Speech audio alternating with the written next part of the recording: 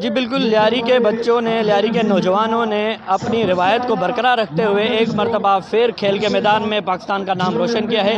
اس وقت میں موجود ہوں لیاری میں، جہاں پر ان ناروے میں جا کر جو ہے مختلف ممالک کے جو کھلاڑی ہیں ان کو ہرا کر جو فاتح بنی ہے ٹیم، اس کے جو ہے استقبالیہ کے لیے یہاں پر پروگرام رکھا گیا ہے۔ ناروے کپ اس دفعہ چلا ہے، جس میں 152 ٹیموں میں پارٹیسپیٹ کیا تھا، 152 ٹیموں میں پارٹیسپیٹ کیا تھا، جس میں ہماری team I think first number پہ آئی تھی۔ انہوں نے تو تقریباً 10 میچ کھیلے ہیں، 11واں لاسٹ میچ ان کا فائنل میچ تھا جو 2-0 سے یہ لوگ ون ہوئے ہیں۔ تو یہ بڑی اپرچونیٹی ہے پاکستان کے لیے۔ ان بچوں نے وہ کام کر دیا جو ہم پچھلے 75 ایئرس میں نہیں کر سکتے۔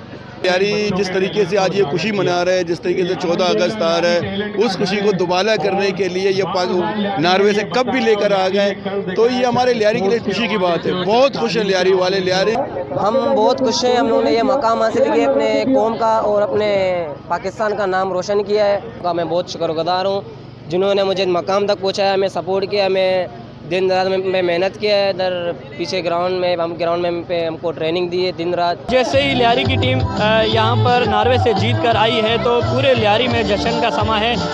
آج کا جو پروگرام ہے اس میں مختلف سیاسی سماجی جو رہنما تھے، انہوں نے جو ہے یہاں کی جو ٹیم تھی ناروے سے جیت کر آنے والی، اس کا جو ہے بھرپور استقبال کیا، اور یہاں پر خوشی میں جو ہے کیک کاٹے گئے ہیں، آتش بازی کی گئی ہے۔ ان کے ساتھ جواد علی، وش نیوز، کراچی۔